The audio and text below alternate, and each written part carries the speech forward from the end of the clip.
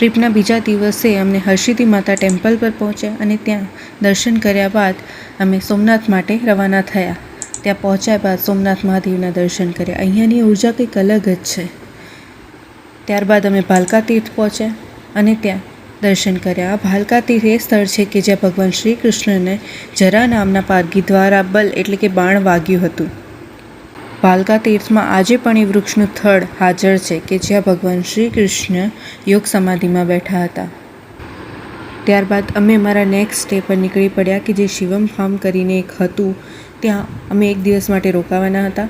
આ ફાર્મ પર વાતાવરણ ખૂબ જ આનંદમય અને એકદમ ઠંડી હવા, ખાવાનું એકદમ પરફેક્ટ, રૂમ એકદમ સાફ અને આરામદાયક હતા. અને સ્પેશિયલી અહીંયાના દાદાનો સ્વભાવ આગ્રહ કરીને ખવડાવતા. એમને એવું ફીલ જ નહોતું થતું કે અમે કોઈ બહાર ફાર્મ હાઉસ કે હોટલમાં રોકાયા છે. ઘરનો પૂરો માહોલ હોય એવું ફીલ હતું. અહીંયા આંબાના ઝાડ હતા અને કેરીઓ, વાહ, જોઈને જ લલચાઈ જવાય છે એવી હતી.